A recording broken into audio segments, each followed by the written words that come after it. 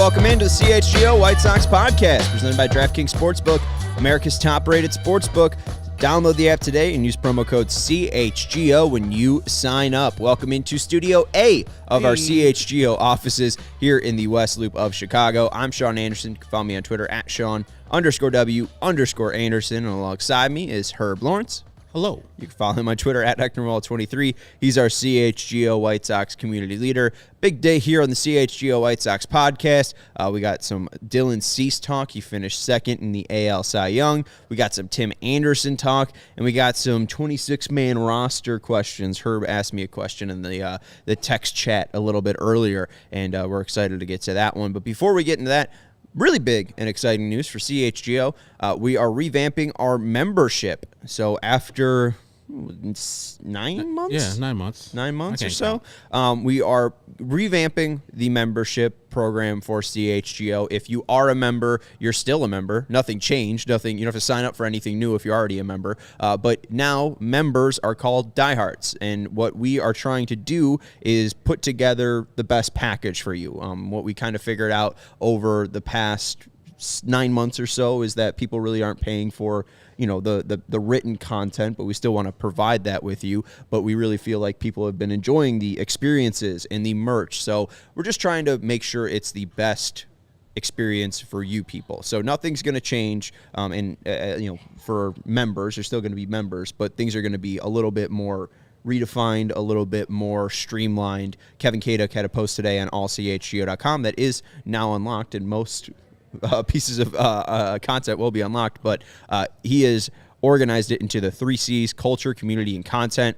So the culture part of it, you'll get a free CHGO or hat upon sign up or after every year of being a member. Our guy Sean Janko was wondering, how does this affect new members? He doesn't have to change anything. He just continues to be a member, and next year, after he's been a member for an entire year, he gets another free shirt or hat. And we did see some beanies floating around.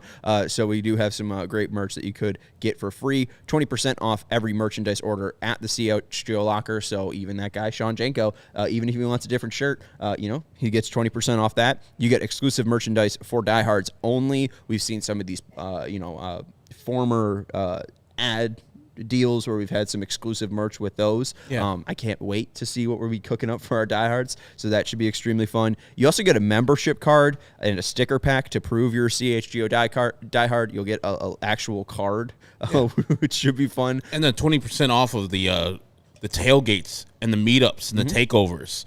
That's huge. We've had 3 of the tailgates and been well attended by people. And if you are a member, you get 20% off of those going forward. And that is as long as you're a diehard. I mean, every year, like Sean said, a free T-shirt and then 20% off of all merchandise. That's just unbelievable. I'm glad that the powers that be listened to what you guys were saying out there, how to, adjust what we're doing here at CHGO. And we listened, and we've adjusted to it, and I think it's much better for everybody involved, and it's been well received today. We love the people who are our founding members. So they're getting grandfathered into all the great deals. Yes. If you want to be a new member and become a diehard, man, it's right there for you. allchgo.com/diehard. And the people who have been members have always been diehards. They've been diehards with us. And like Melissa said, her son stole her last shirt, so now she can finally have one for herself once the membership rolls over for a year. And what's up, KPW? And that's a part of the community part. 20% off tailgates and takeovers for every team in town. And then also CHGO only Discord. Again, that's our CHGO lounge where you get to chat with us, ask us questions. We were talking about Yoan Moncada earlier today in the CHGO White Sox Discord, so definitely come on and jump in. And there's also online Q&As and happy hours with CHGO staff members under that community branch. And then for content, there'll be mailbags for diehards only. There'll be some exclusive and video podcast content for those diehards. And along with it, there's diehard-only newsletters from our CHGO beat writers like Adam Hogue and Will Gottlieb and Vinny Duber. Yes. Who just wrote one. He's got a diehard-level post on allchgo.com, and you can reveal the photo, Steven. He's in Australia as he lets you know. He went to the Cricket World Cup.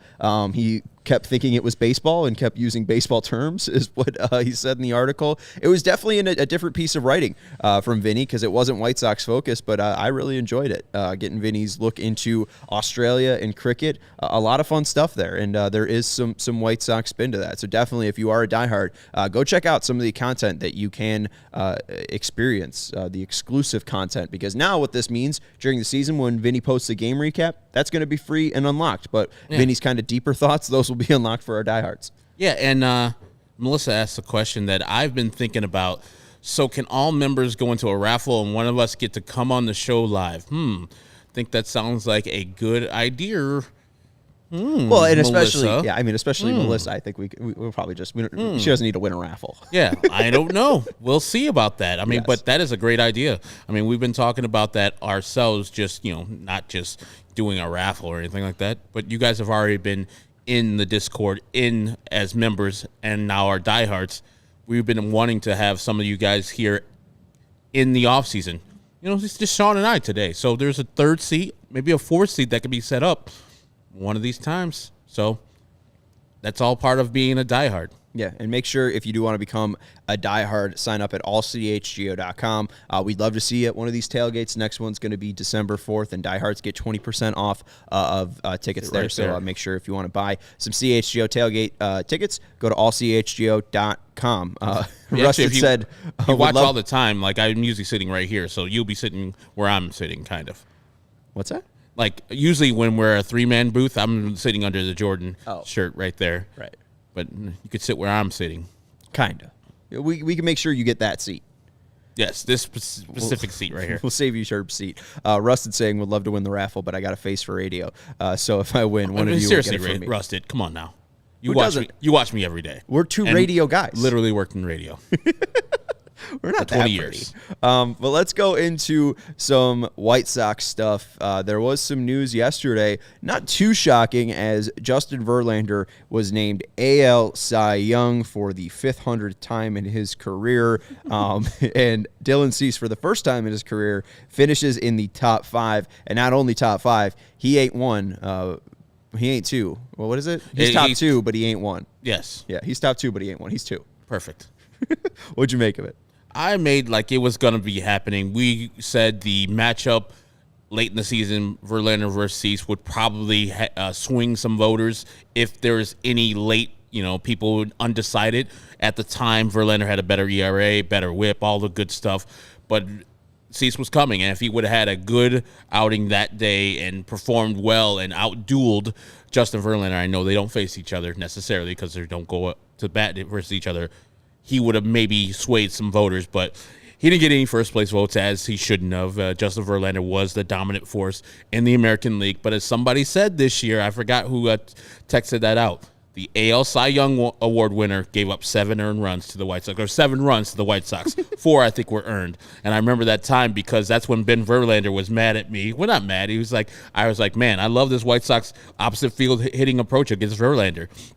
And then Ben's like, I hate the shift. Ban the shift. Yeah. And that's how I got on the NBC Sports Chicago broadcast. Jason Benetti mentioned me within that tweet. So it was good to see that one victory over Justin Verlander. But late in the year, it was not that great. And it was Justin Verlander's award, and he took it over after he came back from the IL. Yeah, going back to that day on August 16th, Verlander went 7 innings pitched, 8 hits allowed, 3 earned runs, 1 walk, 4 strikeouts after the White Sox back on June 18th knocked him around for 7 runs, 4 of those earned. Any win over Ben Verlander's A-OK in my mind, too, so I'm not too worried about that. I don't know why everybody hates Ben Verlander so much. It's so weird, but, maybe he's just a D-bag other times that I don't see it, but... Well, he's not a D-bag you. You were on the show. You were flipping bats with the boy. I was a long time ago. When I came back from Arizona, I was literally in an airport in Arizona. That's why I got the hat on today. I was on that show. He wanted me to be on it so badly. He's like, hey, we're going to talk Cubs. Can I get you on? I was like, I'm the White Sox guy. And this was before I had switched over to CHGO. I was still at the Score. And then he was like, hey. Still doing LOS, too, yeah, right? And I was like, Russ Dorsey's available. This other guy's available. He was like, nah, we want you. And I was like, just in the I had to buy like a $50 thing to be in the United or American Airlines lounge where I get some privacy, and did the show from there, flipping bats. So it was good stuff. There you go. But as Melissa said, if that fateful, I think it was Labor Day weekend, Dylan Cease throws that no-hitter against the Twins, maybe people change their minds, which I think it's an arbitrary thing. Throwing a no-hitter or throwing 8 2/3 of no-hit ball, pretty similar. Just finishing the game is a little bit different, but he still had a fantastic game versus the Twins, and one of the best hitters, the American League batting champion, beat him for the last at bat. So I think it was still a spectacular game. It was a highlight game that he did that versus a Twins team that puts bat to ball a little bit better than most, and then pretty much was decent the rest of the year. I mean, Lance Lynn was a little bit better with him than Dylan Cease going down the stretch, but there's no denying that Dylan Cease is like climbing. And I think it was one of our other people, Melissa, I think Cortez, I forgot her name, that said that Dylan can get even better because he led the league in walks. All he needs to do is cut off half of those walks. The man's going to be filthy. The whip is going to be there. The FIP is going to be there. The floor is going to be there. The GWAR is going to be there. The BOR is going to be there. All the numbers are going to be there, and then he'll win the AL Cy Young next year when Justin Verlander slips to the American League or the National League as a Met or a Dodger. Yeah. Did you see the new version of WAR too? It's the combined version and the aggregate of B WAR and F WAR. Not even warp. No, it's okay. A WAR. It's a WAR. Who does this? I don't know. It was MLB.com. Okay, so they just put the numbers together, which makes no sense because they use different calculations. Right. So, they just get some bullshit number, and it's a WAR.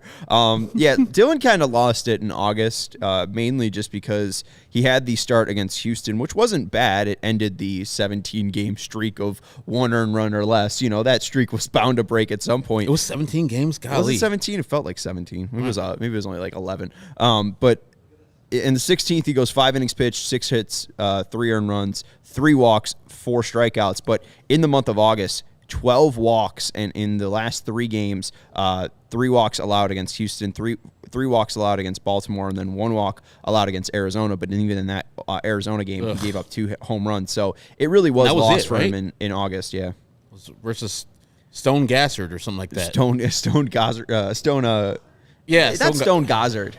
It's not the Pearl Jam guitarist. It was Stone Gossard hit that home run off him. I was like so sad. Stone Garrett. Stone Garrett. It's not Stone Gossard. I think we made that joke back in the day. I did. But I don't know. Like if Dylan had a little bit cleaner time, if you knock off the San Diego game at the end of the season, 5 hits, 4 earned runs, 4 walks, 5 Ks. But even then, like he still had like a near 2 ERA. Yeah. And the strikeouts were there. The dominance with the slider was there. I think the walks and lowering the walks will clearly help him win the award next year. But as long as he's able to avoid home runs, I think that's the biggest thing for him. Because, I think the walks will be there when you're an aggressive pitcher like that, and especially when you have a slider that's so dominant, it's just tough to truly get that pitch in the zone so many times. Yeah, and he was talking about it last night when they were doing the preamble up to the award-winning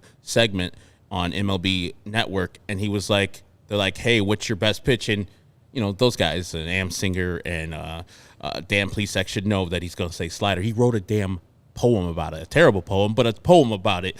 And so he's like, yeah, my slider is my best pitch. He's like, yeah, my fastball is probably what makes my slider a little bit better, but my slider is dominant. I can throw it in many different counts. And then they're asking him, like, how does he differentiate his slider from his knuckle curve, where Dan Plesac was like, I like your knuckle curve a little bit more than your slider.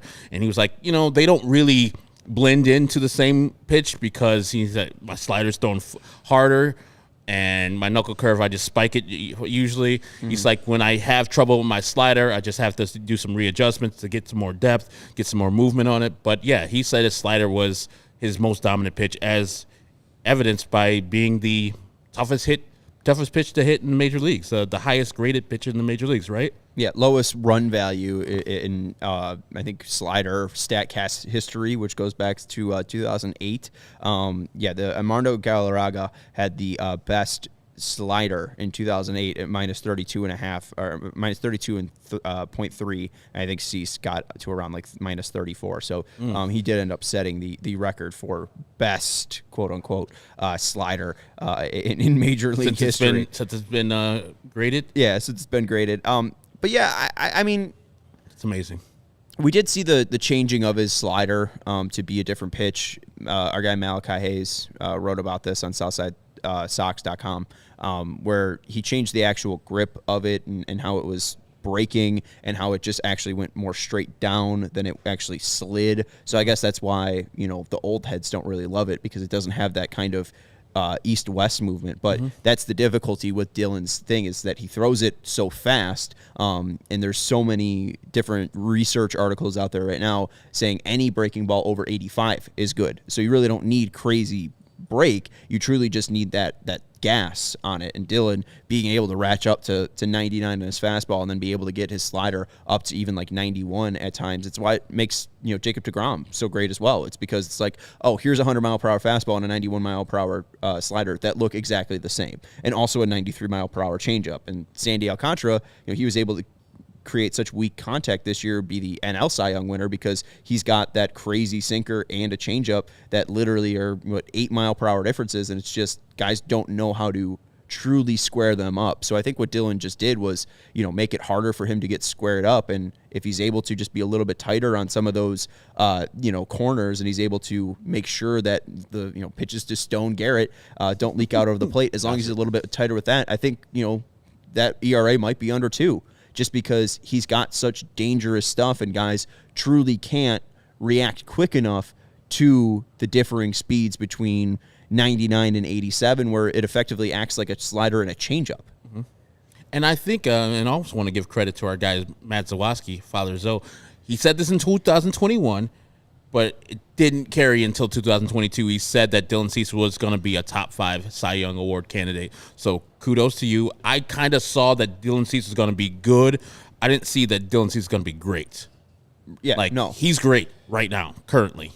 I don't know, like, people in this chat, Alex probably, Peter and Rusted, yourself probably thought he was going to be great. I thought he was going to be good, not great. And the fact that he's turned into great as a testament to him. And in his speech where he was just talking to the guys on MLB Network, he's like, most of the credit goes to Ethan Katz.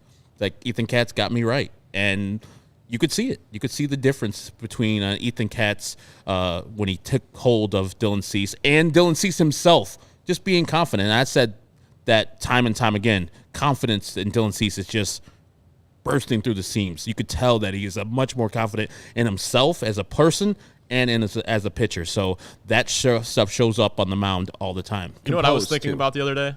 Remember when in Cease's first 2 seasons, the narrative was he was really good at getting 0-2 counts, but he didn't have that finishing pitch? That narrative is dead. Yeah. That slider has emphatically killed that narrative. Yeah, I do now want to look up what's his numbers and going from 2021 to 2022 to 0-2 counts and how many he was able to just put them away. But also that narrative, like, I don't know if that was true. Like, I mean, him throwing a strike back in early 2021 was even a struggle. And just the credit that goes to Dylan, or that deserves to go to Dylan, because yes, Ethan fixed all the mechanical stuff and he fixed the slider and was able to change the depth on it, but also Dylan needed to go out and perform. Dylan needed to be able to handle all of that pressure. Dylan needed to be able to handle the pressure from opening day when the Sox lost the previous day on a crazy hit out to right field by Javi Baez. Dylan needed to come back on that mound and shut down the Tigers, and he did. And he needed to be their guy after Lucas Giolito got hurt early on in the season. He needed to be their guy for the first 6 straight starts, and he was. And he continued to be that through the entire year.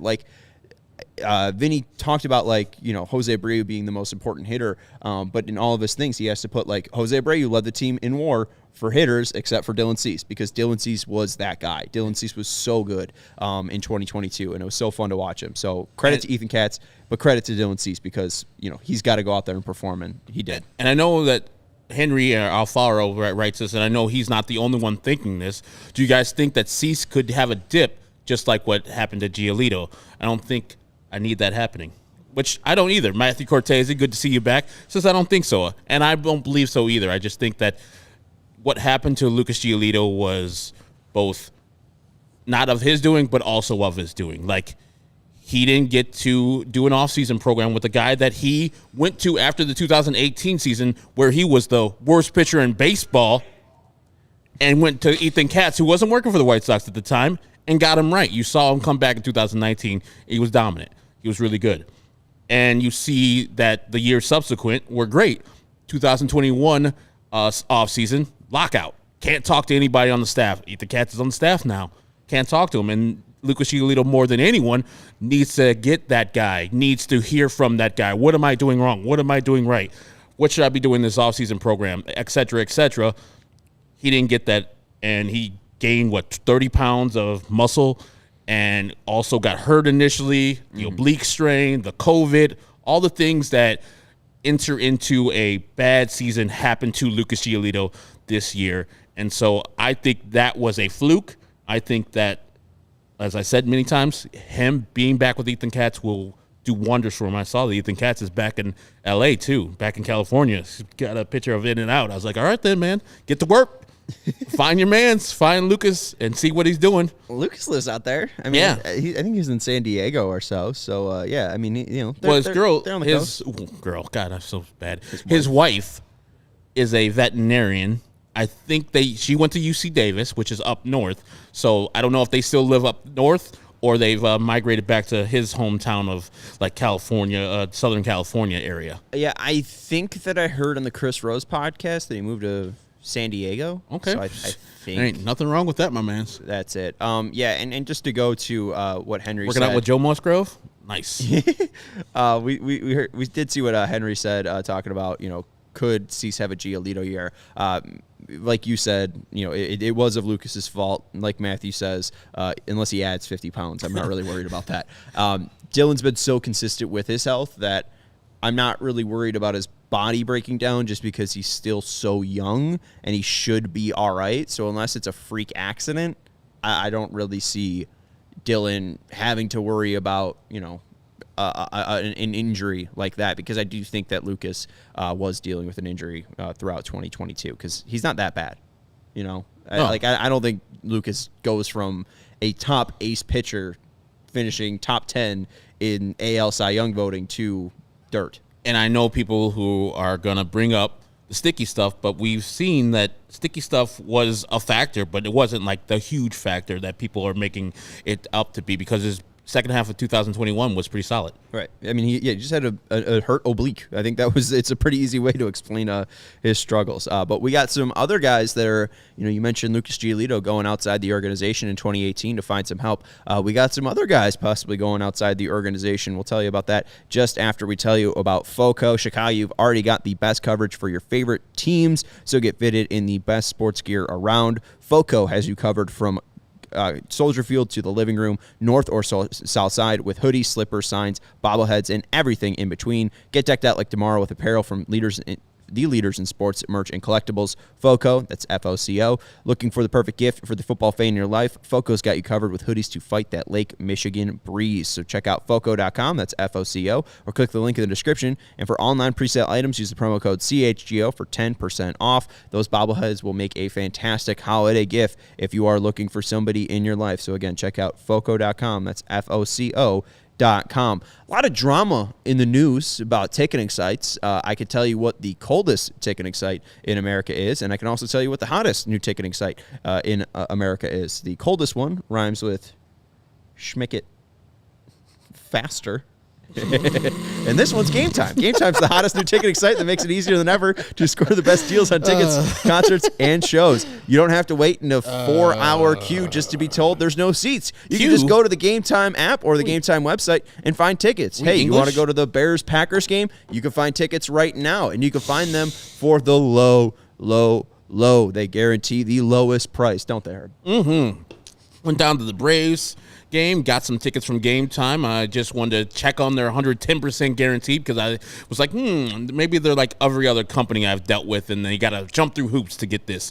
I saw a cheaper price on a different site, showed this to Game Time via email. 12 minutes later, 110% of the difference of that was in my account immediately, $46, which I used eventually to take these gentlemen to a nice White Sox game, which I probably thought they lost, probably late in the year. Yeah, they lost. That was September 20th. Anything bad happened on that day as a White Sox fan? But they created the app. It was created by the fans, for the fans, and you won't find a better deal this season on Bears tickets, Bulls tickets, Blackhawks tickets, Taylor Swift concerts. If you love CHGO, then you love Game Time. The best way to support us is by buying your tickets through the link in the description and join over 15 million people who have downloaded the Game Time app and scored the best seats to all your favorite events. Matthew Cortese is asking a question here. Our guy, Matthew Cortese, he's saying, does Dylan come back with a mustache? Oh, yeah. I would.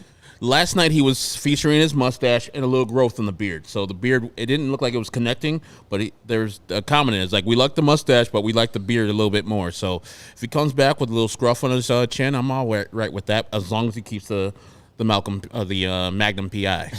Malcolm PI. Yeah, I think we might see Malcolm PI. Make that movie. Yeah. Malcolm X and Malcolm PI, or Magnum PI, Tom Selleck and...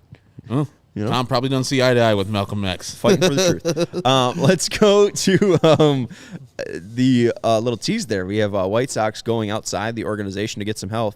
Herb was scrolling Instagram and saw this from our guy Seven. TA was out in Washington at Driveline Baseball. So this popped up on your feed, and you also thought Lucas Giolito was in the pic, too. Yeah, it looked like a guy that looked like Lucas Giolito, but it was not him. There was this other guy working out hard at Driveline, which I thought their other facility in Arizona, they were driving and working hard, but it was not Lucas Giolito in Driveline.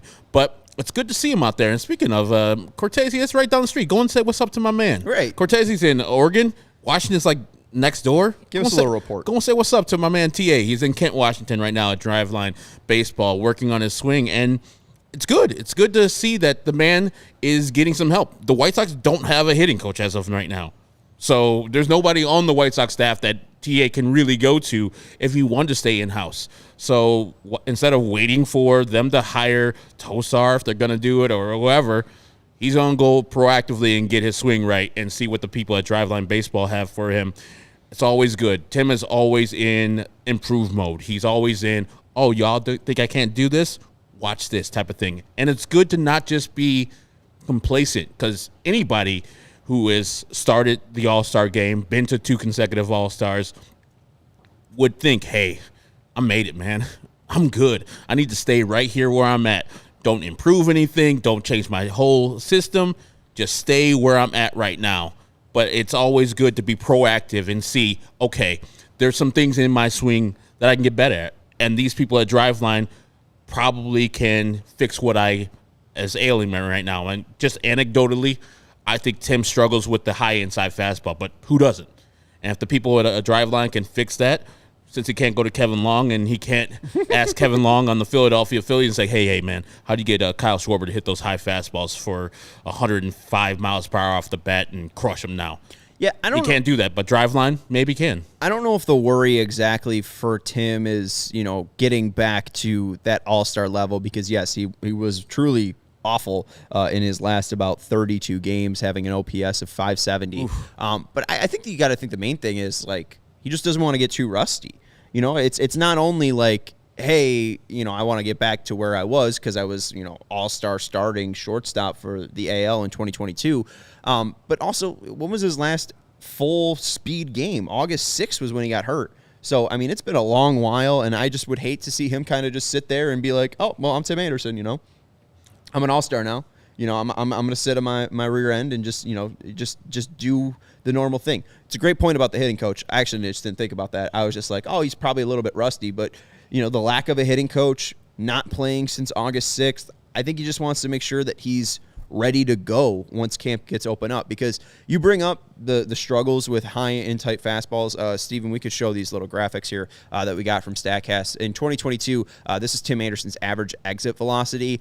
So on the left side of the screen, where that 62.0 is, that would be inside for Tim. So that's, the left-hand side is where a right-hander would be standing, and to the right side would be outside, where the left-handed batter's box is. So basically, you could see Tim hits the ball very, very hard, out and away, 93.6 miles per hour, right down the middle, 94.7, out and away, 94.9, up but in the middle, 92.6, even out and away, 99.6. But you're right, the two lowest in the zones that he struggles with, middle inside, 86.2, and then high and tight, 84.8, which isn't massively shocking to me because I went to the pitch percentage and where he gets thrown to. 2019, 2020, 2021, and 2022, there's a fat red zone, and it's as red as it can get in low and away. So he just gets pitched 20% of the time low and away, and you're right that he does struggle with that high and inside fastball, but I think it's part of just the way he has to attack. Yeah. Everything has to be low and away, and then he'll work up and in, and hopefully that bat speed can get there. But like you were showing me with that YouTube video, like part of the reason or part of the things that Driveline works on is bat speed and making sure that bat speed is there. So maybe that's something Tim's working on. And pitch recognition, pitch selection, I think Tim has struggled with. As the low walk rate, he doesn't walk a lot. He gets on by hitting the baseball. And Steve and I would comment early in the season, like, is there a book? Is there a scouting book for Tim Anderson? And they would okay, it's first pitch, outside fastball. Tim Anderson serves that ball to right field.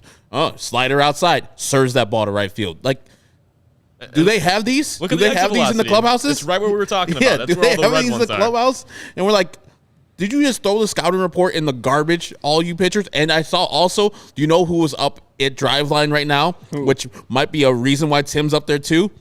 Matthew Boyd. Oh. Former pitcher.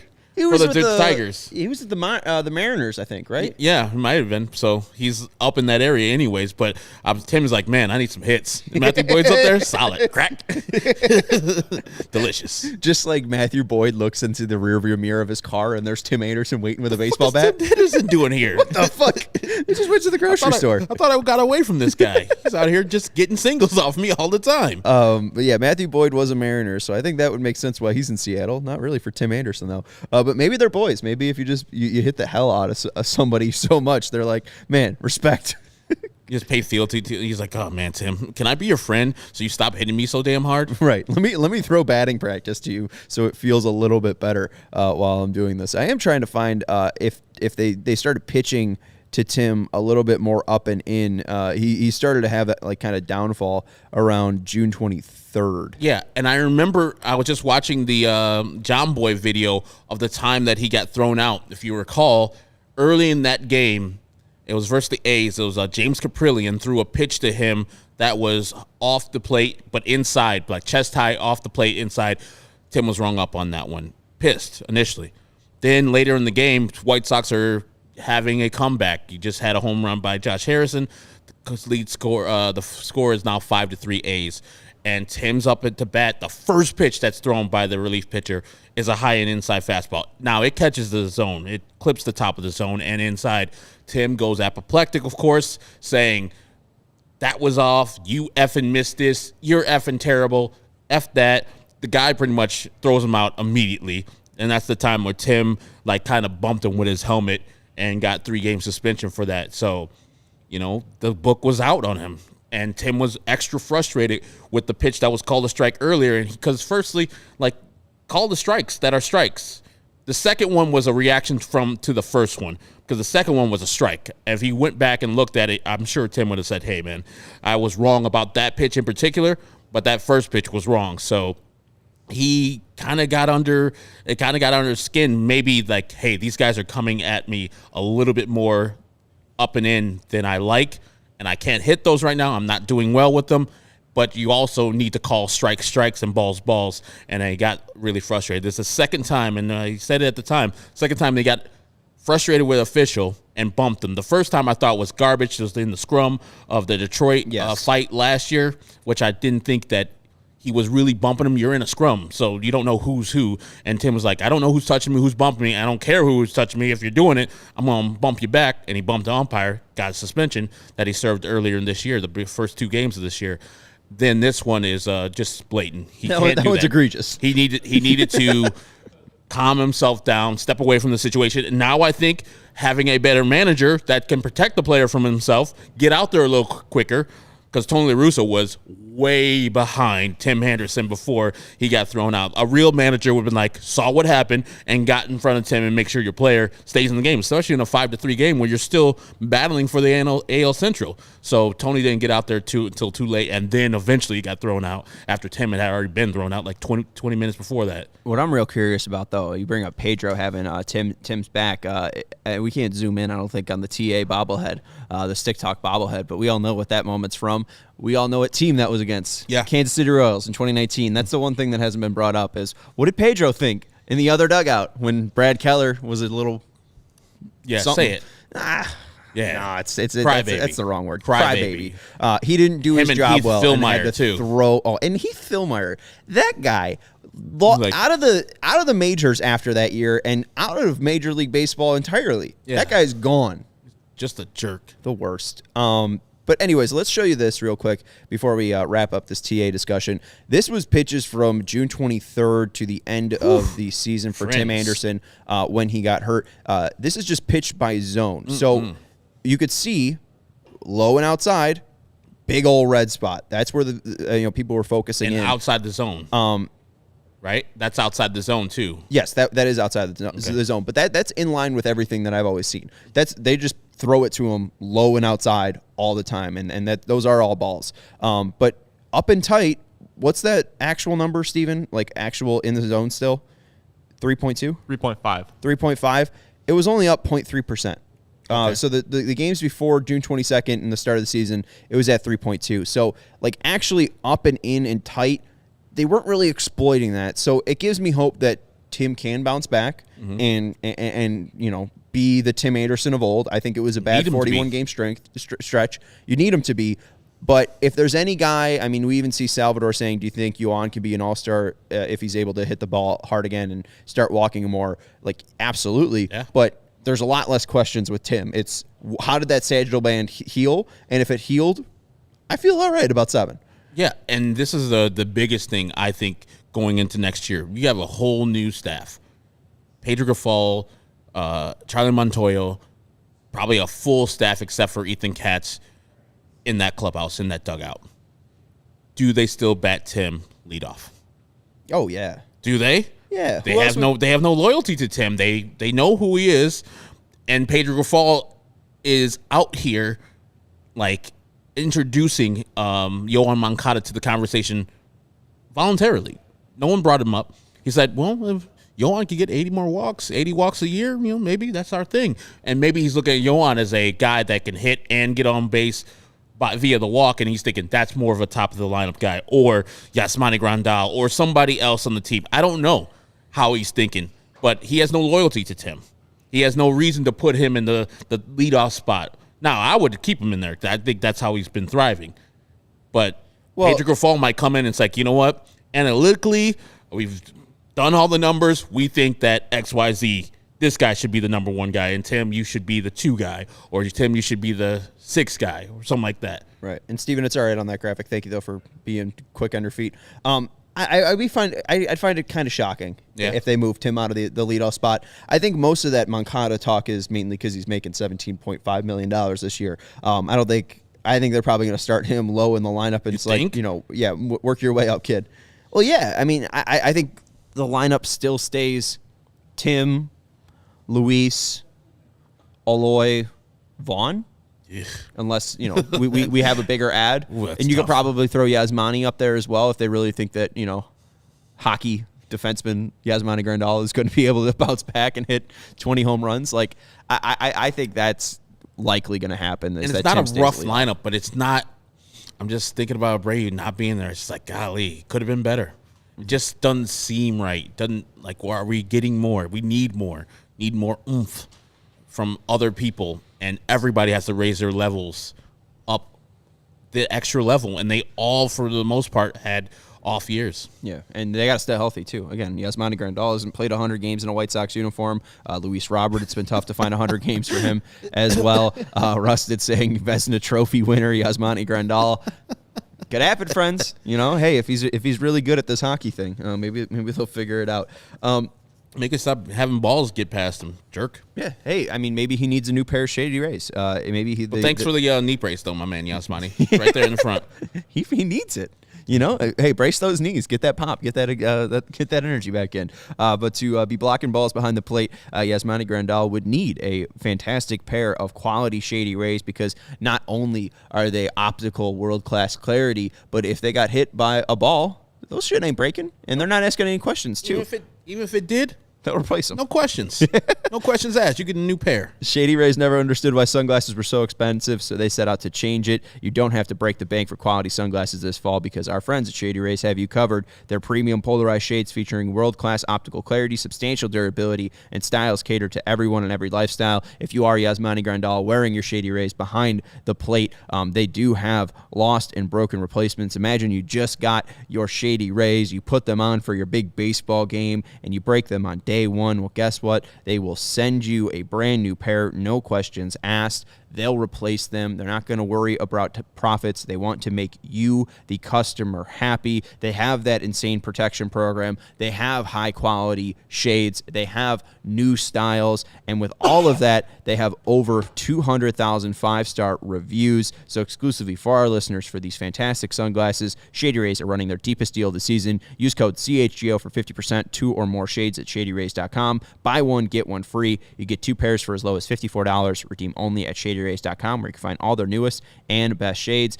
Shout out to Alec in the chat, who did show me that he was going to go buy Shady Rays, and he did, and he said, got mine last week. He's a big fan of them, so I'm happy Alec is happy, and I'm happy that you could be happy with, again, Shady Rays' deepest deal of the season. Buy 2 pairs for as low as $54 at ShadyRays.com. And our final ad read of the week. We'll be back with you on Sunday for our pod-only podcast. It's our great friends, DraftKings Sportsbook. It's the top-rated sportsbook out there. You can step up a same-game parlay tonight for the Tennessee-Green Bay matchup. Each and every day there is NFL football. Thursday, Sunday, Monday, you get a stepped-up same-game parlay to place on one of these games. It is all about bigger payouts. With bigger payouts than ever, I go to bet on the NFL through DraftKings Sportsbook. I like the under 42.5. Unders always hit in Thursday Night Football. I like Derrick Henry to go over 80 yards rushing, and then I also like Christian Watson for a touchdown. All three together at plus 900, $5 to win you $45. We also, on DraftKings Sportsbook, has the Derrick Henry touchdown boost. You can get Derrick Henry to score a touchdown at plus 100. Derrick Henry scores a lot of touchdowns. He has 3 games this year where he hasn't scored a touchdown. So it's a very, very, very fantastic deal. Download the DraftKings Sportsbook app now. Use promo code CHGO and make any $5 bet this week and get $200 in free bets if your team wins. Only at DraftKings Sportsbook with promo code CHGO. Minimum age and eligibility restrictions apply. See show notes for details. Thank you for reminding me. I just got a waiver claim on Christian Watson. Nice. Got him, put him in the lineup. Now he's back. He's in the lineup. 11.5 points. He's looking to score tonight. I like that. I get worried that maybe Mike Vrabel's going to shut down the young kid after his explosive game, but Randall Cobb's off the IL or IR. They use the IR, not the IL. They use the IR, so he's off the IR. They got Sammy Watkins, they got Watson, and they got Randall Cobb and Lazard. So they got all 4 top weapons back. So hey, maybe they'll be able to open up today against Tennessee. Let's go to this question you asked me, and I thought it was a very, very good question in our little chat here. But you said, would you rather trade a premium bat for a bat like Ian Happ or Sean Murphy, meaning Colas or Montgomery would be leaving, or sign a player like Conforto? But what is your answer to this question? You want to do both? I mean, and this is the thing. Yeah, I would rather do both because this is the thing. And, as White Sox fans, we know it. It shouldn't be an either-or thing. But as White Sox fans, we got to downshift to that either-or thinking. Like, we know we're not going to be in the free agent market and in the trade market for both of these players. So if I had to choose either giving up Colas, Montgomery, players like that to get a bat like Ian Happ or of that ilk, or just go and sign it, I would just go and sign a player like Michael Conforto. It's just money, as they say. You would still have to pay Ian Happ a salary less than what, approximately less than what Michael Conforto is probably going to be making, like 12 to 15, maybe even more a year. I would rather have the sure Major League Baseball player that's signed to the length of a contract that you want, instead of having the rental of like the Ian Happs and other players who are going to be here for a year. Yeah, they're going to be good because they're looking to get a next contract, but also you're giving up that good prospect capital that you have very few of. Like Colas and Montgomery, while great, I don't want to give those guys up for a current future, 2023. And because down the road, you're going to need Colas. Maybe next year in 2023, you're going to need Montgomery, maybe in 2024. So, yeah, if it was up to me, both. We should be an organization that does both, that's in the free agent market and in the trade market to improve the team no matter what. But I know this team, and I know we're going to be downshifting to trading, and I don't like that when it happens, when we're going to get rid of Colas or we're going to get rid of Montgomery to try to get a big bat. Well, and the biggest issue that I have is, again, we look at the Dodgers and we look at the Yankees, and they have consistently a deep, deep farm system, and it's been deep for years and years and years, and they're consistently able to pull off some of these top prospects and be able to spend some of that capital because they know they're going to be able to develop somebody like that down the line. Yeah. But Colson, Montgomery, and I don't think it's really prospect hugging because it's really the only one you have. Oscar Colas is an interesting player, but he's 25 years old. He's not a top prospect. He won't be seen shooting up top 100 prospect list because he's just 25 years old. Colson Montgomery doing this at age 19 is fantastic. And this is a prospect that the Sox really haven't had in a long time because he will be homegrown. Even Andrew Vaughn, a little bit more advanced. We look at the former prospects, and a lot of the hitters that the Sox go out and get are college prospects who hopefully will be able to make that jump to the major leagues very, very quickly. Colson Montgomery is a little bit more of a project you have to be a little bit patient with, but the results could be massive for the Sox because they've never really developed a high school bat like this. So I agree with you that for the White Sox, if they want to go and win a World Series in 2023, they would need to not only stop hugging Montgomery and get rid of him, but also go out and spend.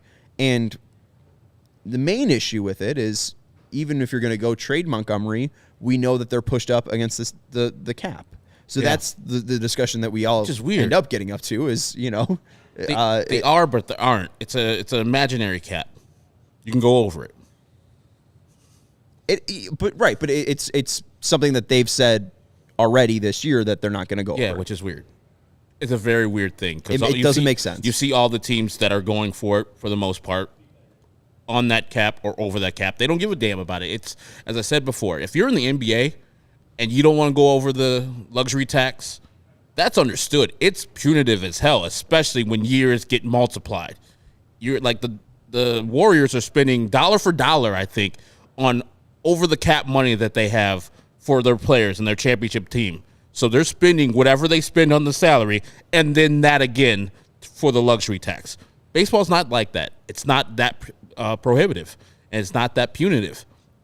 So, yes, you would spend money, and that money would go to the pool that, the Pirates and all the garbage teams below them that don't spend money, the Guardians don't spend money, we get some of that collective balance tax money. But good teams spend money. If you want to make money, you got to spend money. And the White Sox act like they're a destitute, poor team, where we saw the report from the Braves, and they're getting $500 million in revenue.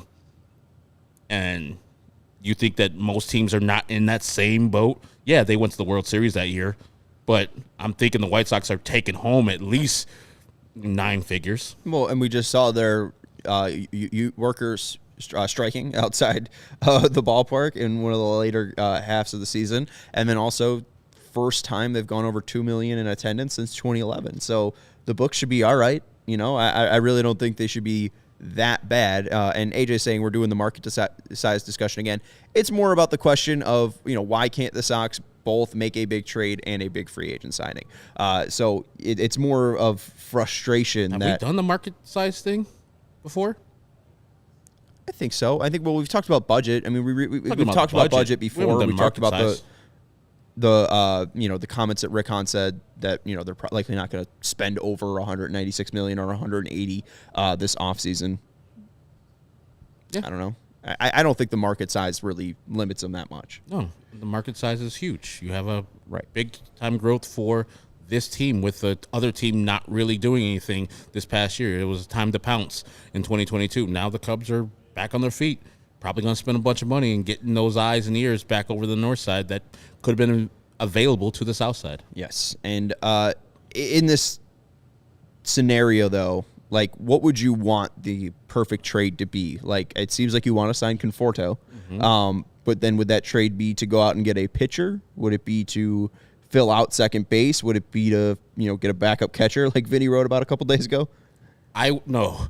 If I'm going to trade Colas and/or Montgomery, I'm going to get a premium bat or a top of the rotation pitcher. I don't know what specific guys out there, but yes, I'm getting a guy that is going to help this 2023 team, because you're selling off the future already. So you got to get a person that is going to be a champion in this lineup or in this rotation. You're not selling them off for a middle of the rotation starter.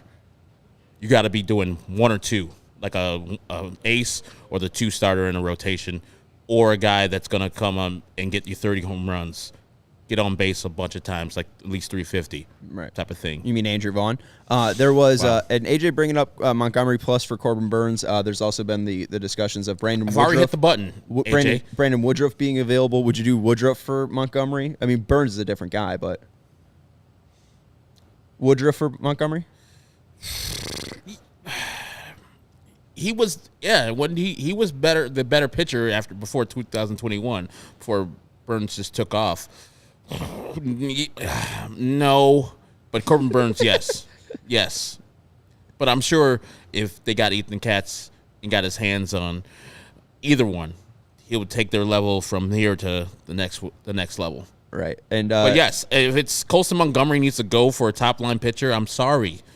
I'm not prospect hugging. I need to get Corbin Burns. It makes me upset because, like, I don't think the White Sox are technically prospect hugging Montgomery. It's just that they've done such a shit job with their farm system that it's like they have no other choice but to trade Montgomery. And that's the thing. Like, all these things come back to how bad the organization is. Jose Abreu is on the street because of poor roster organization. We got to hug on to our few prospects because of bad drafting, bad player development, and injuries they've had. So, like, you were creating other problems because of the problems that you've already created. Instead of, you know what, this is what it is. We're going to have a bad farm system. Might as well fix our major league team while we can. And I'm sure White Sox fans, if you made the playoffs next year and got to the ALCS, and part of that was trading Colson Montgomery, and you got one of those players that was helpful and instrumental in winning that division and getting to the ALCS, people were like, you know what, it was worth it. You can only win the 2023 World Series in 2023. Might as well go for it. People are sad you put Jose Abreu on the street. Hey, man.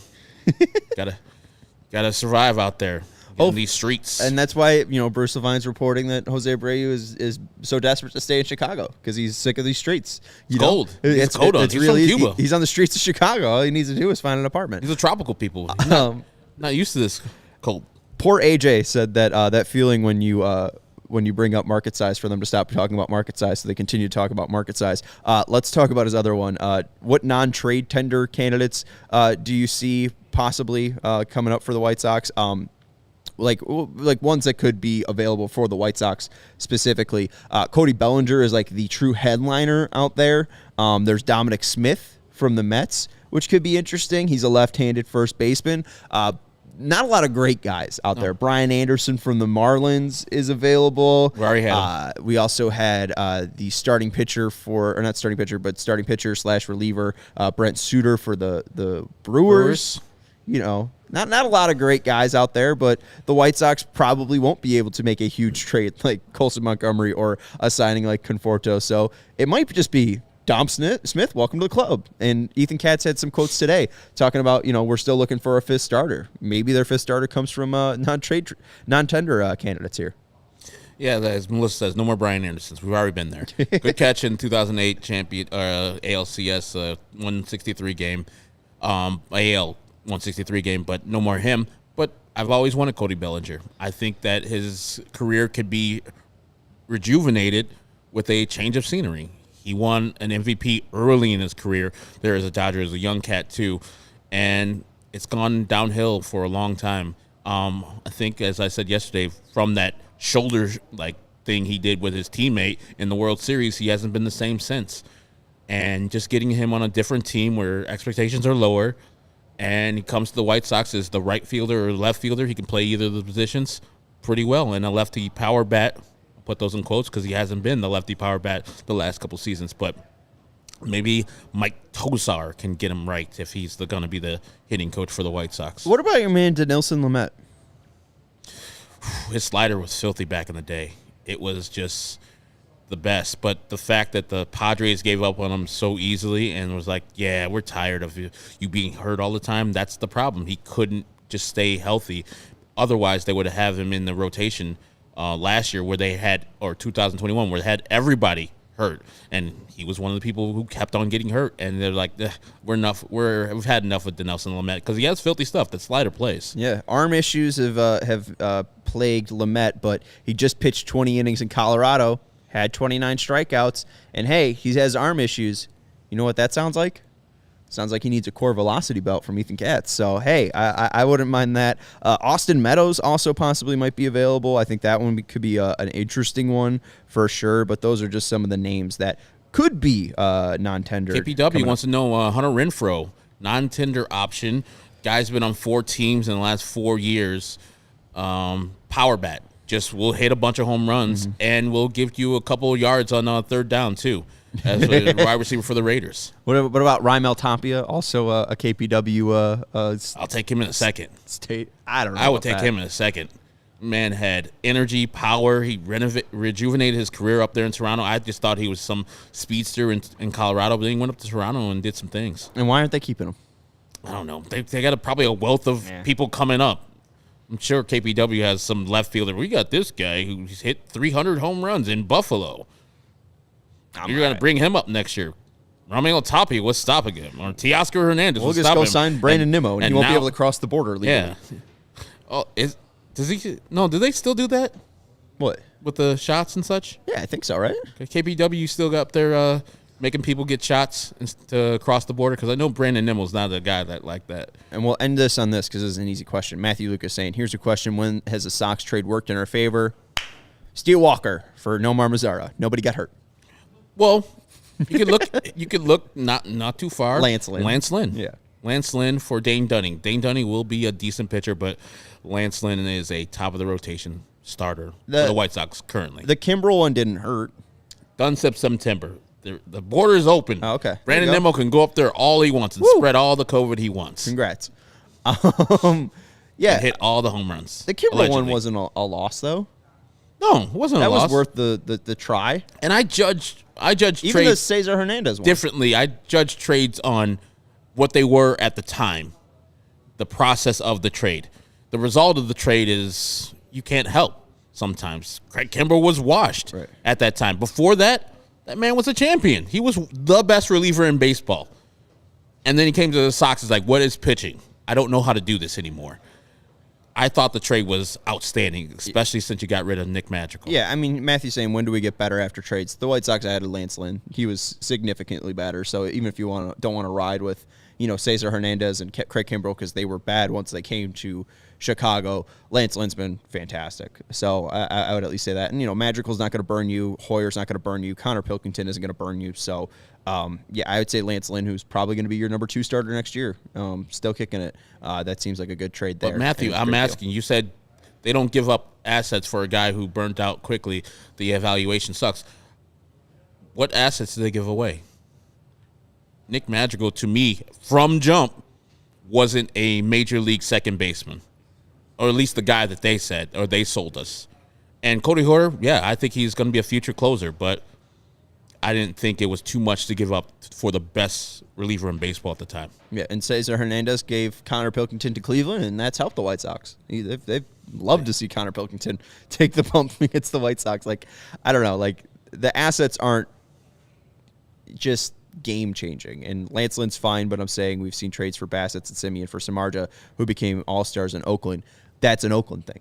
That's Oakland being Oakland. Like, we also turned Jose Quintana into Dylan Cease and Eloy Jimenez. Mm-hmm. The only reason why Eloy Jimenez hasn't been better than what he is because they consistently think that him playing in left field is smart, when Eloy Jimenez probably should have always been a DH. And that would have been like, an absolute steal if Eloy's been healthy over the past 4 years. It still might be a steal. I'll say the Dane Dunning, Raylo, Giolito trade helped the White Sox immensely. Getting rid of Adam Eaton, already a plus. I know he went and won a World Series with the Washington Nationals. Congratulations. Well, and you know what? You've got now 3 years of Raylo and 4 years of Lucas Giolito. And you got Lance Lynn. And you got Adam Eaton back. Ugh. We jumped at that dude like he was like the hottest girl at the bar. Hey, can you go out with me? Here's your number, please. Please, please. In December, where that's a February signing. That's like, oh, man, we don't have anybody. We need somebody to play right field. Adam Eaton, you ready?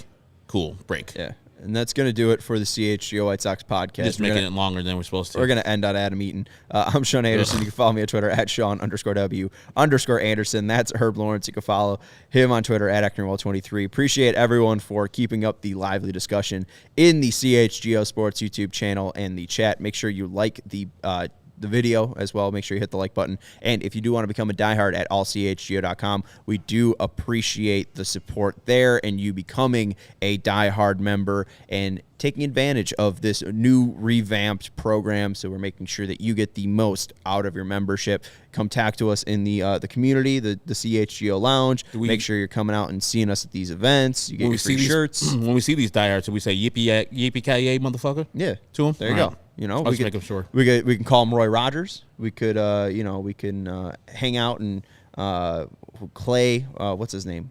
When he's looking at when Hans is looking at the list of all the people, and he uses a fake American name, something Clay. Anyways, Clay Bertrand. No, John Clay. That's a different movie. Anyways, we'll see all you guys on Monday. Thank you for watching CHGO White Sox podcast. Go Sox.